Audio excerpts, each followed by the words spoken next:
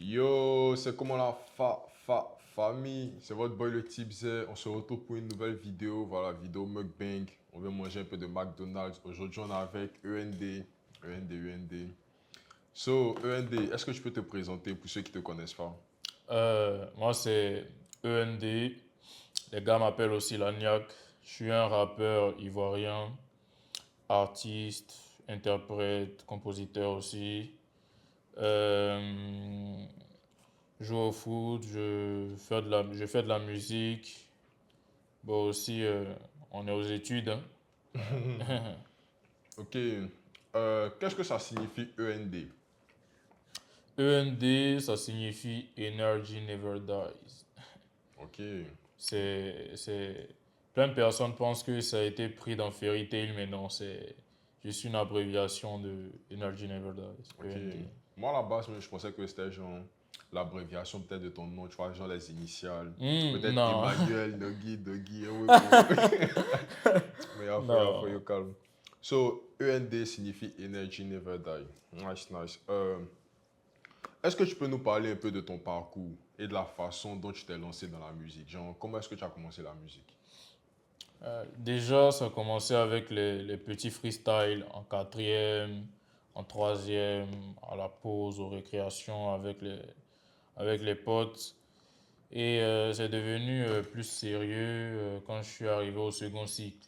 En seconde, voilà, il y a un de mes potes, il m'a dit, viens m'accompagner en studio. Je suis parti l'accompagner en studio. J'ai aimé le mood du studio. Et un autre jour, puisque c'était pas sa dernière séance studio, il m'a dit, je vais faire un feat avec toi, genre juste pour le fun comme ça. Donc il m'a dit d'écrire un texte et c'est bien passé. Donc depuis ce jour, ça a créé un déclic. Ok. Donc, c'est vraiment à partir de quatrième et tout que tu as commencé la musique, commencé les Ouais. séances studio. Mhm. Mais est-ce que tu as déjà fait des scènes, c'est-à-dire des petites prestations, des petits concerts, des showcases, ce genre de trucs? Ouais, j'ai jamais fait de prestation à Abidjan, mais ici à Moncton, j'ai fait La Vida Resto Bar, j'ai fait Cassis Lounge, Ok, j'ai fait aussi au Coude, j'ai fait des spectacles au ok. bar Le Coude. Ouais. Ok, nice. So, quelles sont tes influences dans la musique? Quels sont ceux qui ont influencé ton style musical aujourd'hui? Mes influences dans la musique, déjà à la base, on écoutait beaucoup de la musique américaine à la maison. Un peu du gospel aussi, bon, avec les variétés à la maison. Mais j'avais des oncles et des tantes qui aimaient vraiment beaucoup la culture américaine Yeah. et ils écoutaient vraiment beaucoup de sons. Et en fait, c'était le quotidien, Eminem, Lil Bawa, Omarion, Lil Romeo.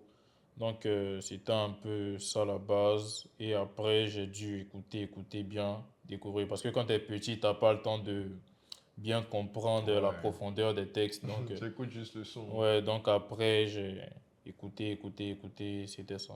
Ok, c'est dit, genre, quand tu as grandi, tu n'as pas vraiment écouté genre, la musique africaine, c'est-à-dire de nos parents comme les Angélique Kidjo, les Louga François, tout ça, genre, Si, toi, si, c'est. si, si, si, si, si. Si, j'ai écouté ça, mais c'était genre les une fois en passant. Ok. Souvent, les parents, ils sont dans un C'est mood ça, payer ce qui a festif. faussé ça, les parents mettaient ça Voilà, à la maison. Louga François, Gadji Yeah, ça Seli. c'est obligé. Ouais. Mhm. Ok. So, c'est nice. Euh, so, là, tu as fait sortir ton projet. Est-ce que tu peux nous dire le nom de ton projet? Est-ce que tu peux nous parler un peu de ton projet même? Euh, Mon projet s'appelle Halloween. Ok. Voilà. Halloween, pourquoi? Parce que il y a un pote qui m'a dit, tu sais quoi, fais un EP avec les tueurs en série, les personnages, que ce soit genre fictif ou réel.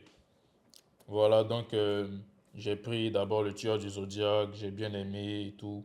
Ça, le clip est disponible sur YouTube. Après, j'ai pris Freddy Krueger, c'est plus un personnage fictif, ainsi de suite jusqu'au dernier. Et ça a donné ce que ça a donné. Maintenant, pourquoi Halloween? Parce que c'est tous des personnages en fait qui, je peux dire, c'est un champ lexical, C'est ça, Halloween. justement, C'est justement. ça. Ça me permet de te poser une question. Est-ce que tu fais aussi les sons émotionnels, c'est-à-dire, parce que là, des sons, en tout cas, que tu as donné comment dirais-je, un- ouais, de l'idée générale qui ressort du projet, on peut dire que c'est vraiment, tu vois, quelque chose de hard, quelque chose de dur, voilà quoi, c'est Halloween, c'est Freddy Krueger, c'est Jigsaw, on sait que c'est des tueurs en série, donc c'est beaucoup le langage de la violence. Est-ce que ça t'arrive aussi de faire souvent des sons émotionnels, c'est-à-dire des sons pour ta petite ou bien des sons où tu as couché le sang pour pleurer, ce genre de trucs? Ouais, je fais aussi des sons mélancoliques, mais j'ai pas encore commencé à poster parce que pour moi, c'est pas encore au point. Ok, Il y a un son qui s'appelle L'incompris social, qui est beaucoup mélancolique, mais c'est rappé dans les couplets, qui va sortir dans mon album de 2025. Voilà, donc c'est un peu ça. Je pense vraiment à faire ce genre-là, ce genre de musique. J'aime aussi faire ça, mais je veux que ce soit parfait d'abord avant de me lancer dans ça. ok, nice, nice. So, comment est-ce que tu abordes ton processus créatif? C'est-à-dire, comment est-ce que tu crées ta musique? Est-ce que tu as des rituels, des petits rites que tu fais avant d'enregistrer et tout, quand tu es au studio ou bien dans la cabine? Hmm. D'abord, avant le studio, ce que je fais, c'est j'écris les textes la nuit. C'est la nuit, j'ai plus d'inspiration. Où je suis Ok, seul, je suis dans ma bulle, j'écris mes textes et tout et tout. Et le matin, avant d'aller en studio, c'est avec de l'eau, hein, de l'eau, jus de gingembre. Voilà, pour pas ah que ouais, la voix sature après. ouais.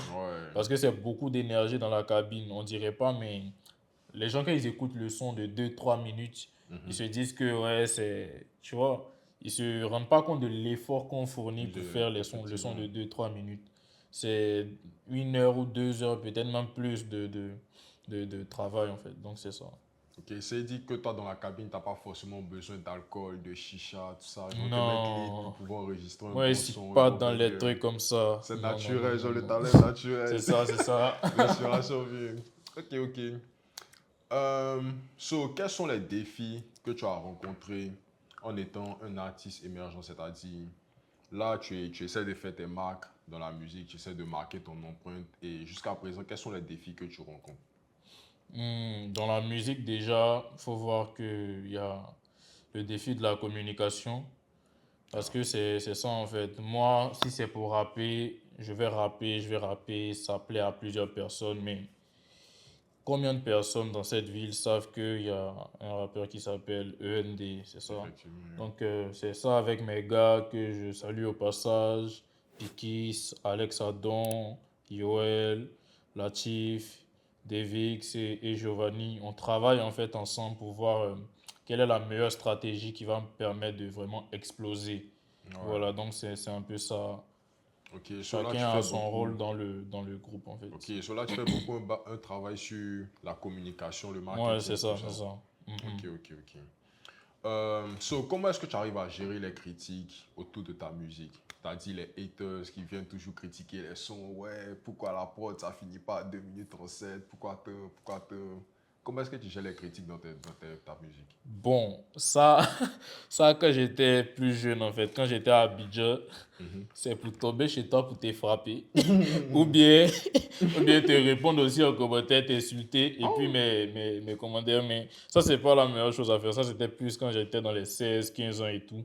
Et maintenant, j'ai grandi, j'ai pu prendre du recul par rapport à ça. Pour moi, en fait, l'important, c'est de pas regarder ce qui se passe à côté.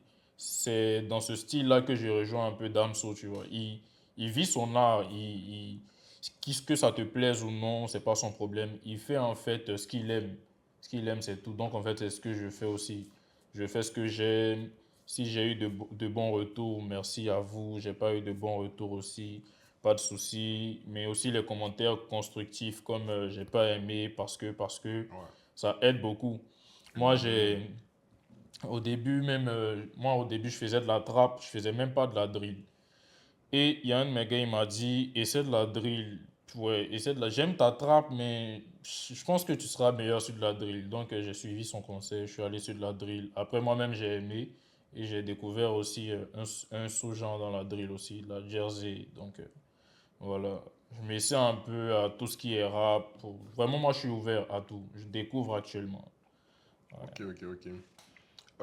Qu'est-ce que les auditeurs et les téléspectateurs, c'est-à-dire le grand public, doivent retenir de ta musique? Ce que les auditeurs doivent retenir. Déjà, ma musique est énergique. C'est-à-dire, si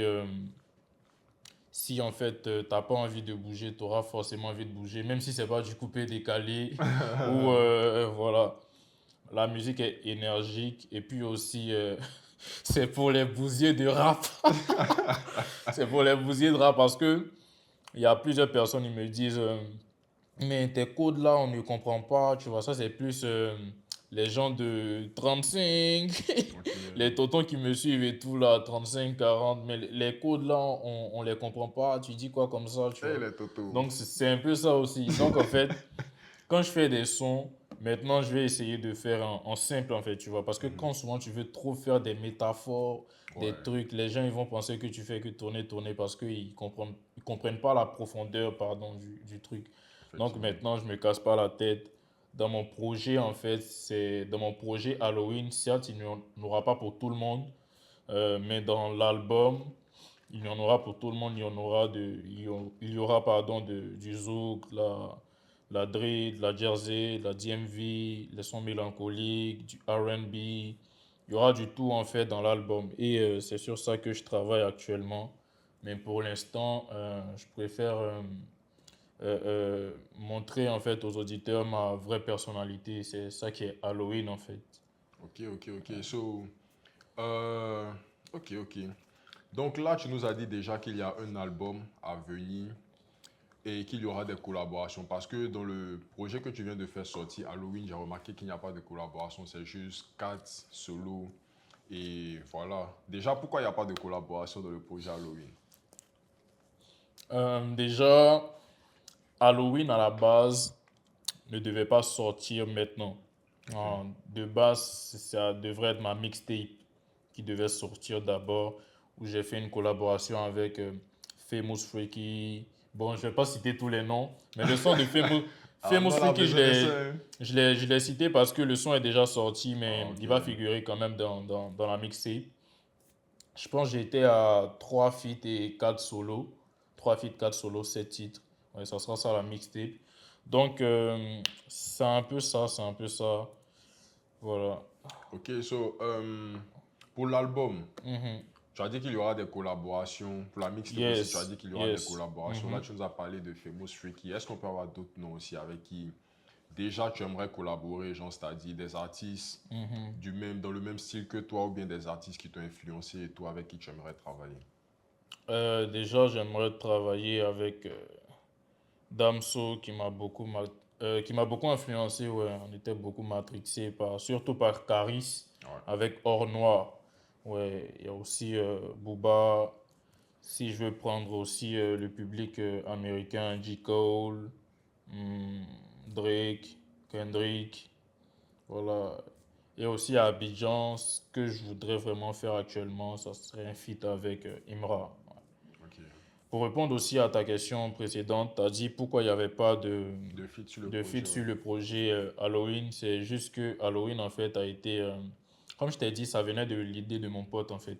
Et j'étais dans ma ville ici, donc là, dans ma ville, je connais pas, en fait, des personnes qui allaient aller, en fait, sur le terrain de Halloween. J'avais du mal à voir. Ok, je comprends. Dans cette ville, je vois plus des rappeurs du genre qui pourront aller sur de la trappe avec moi ou sur des sons mélancoliques comme le KR, tu vois. Ouais, tout à Donc, fait.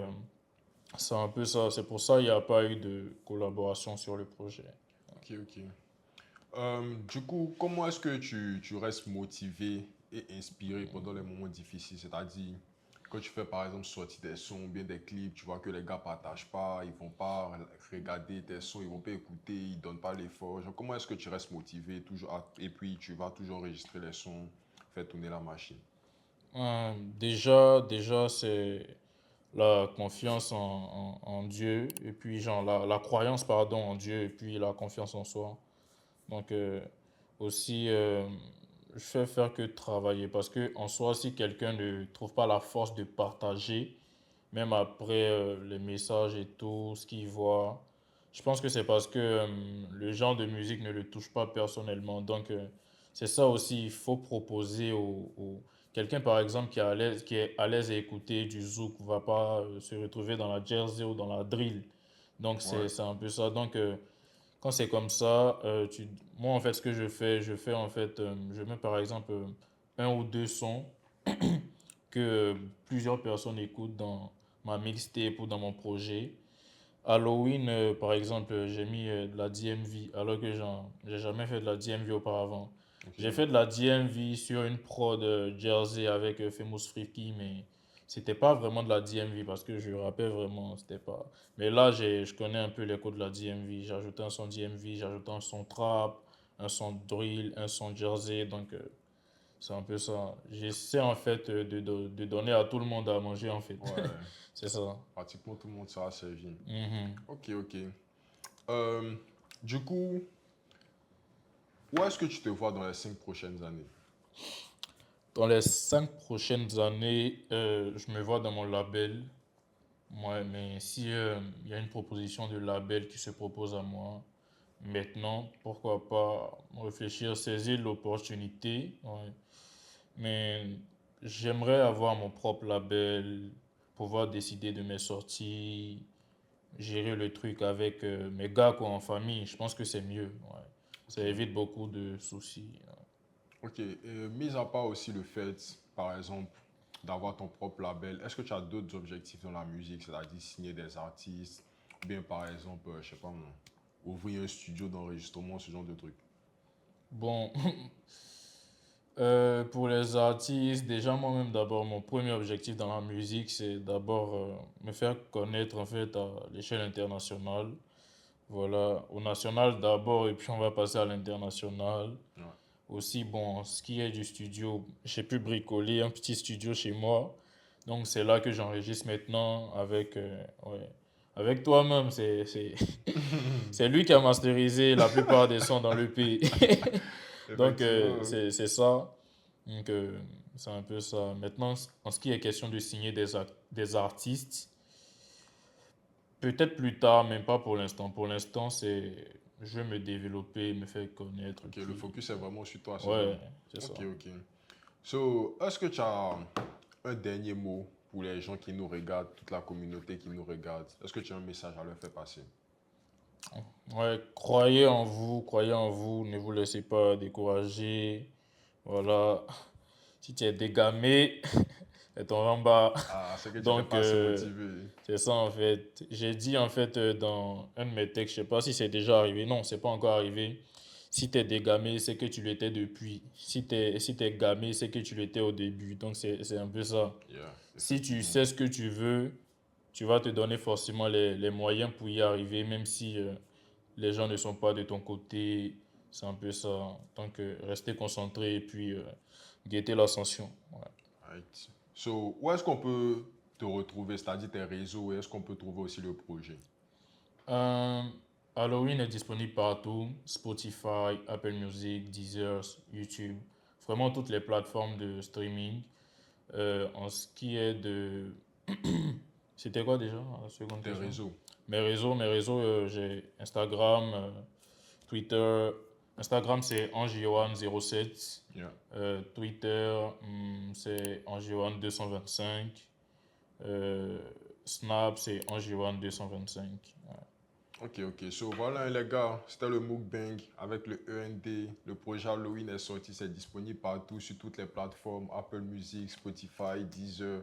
Est-ce que c'est sur Boomplay aussi? Ouais, ouais, ouais, Ah, c'est ouais, que sur allez voir de Boomplay. Babi, vous aimez Boomplay, hein. Allez streamer sur Boomplay. Donc voilà, hein, c'était tout. Allez suivre le END, abonnez-vous et puis si vous avez aimé la vidéo, n'hésitez pas à liker, commenter, partager. Puis on se pêche à la prochaine vidéo. Bye bye, Banks. Carré.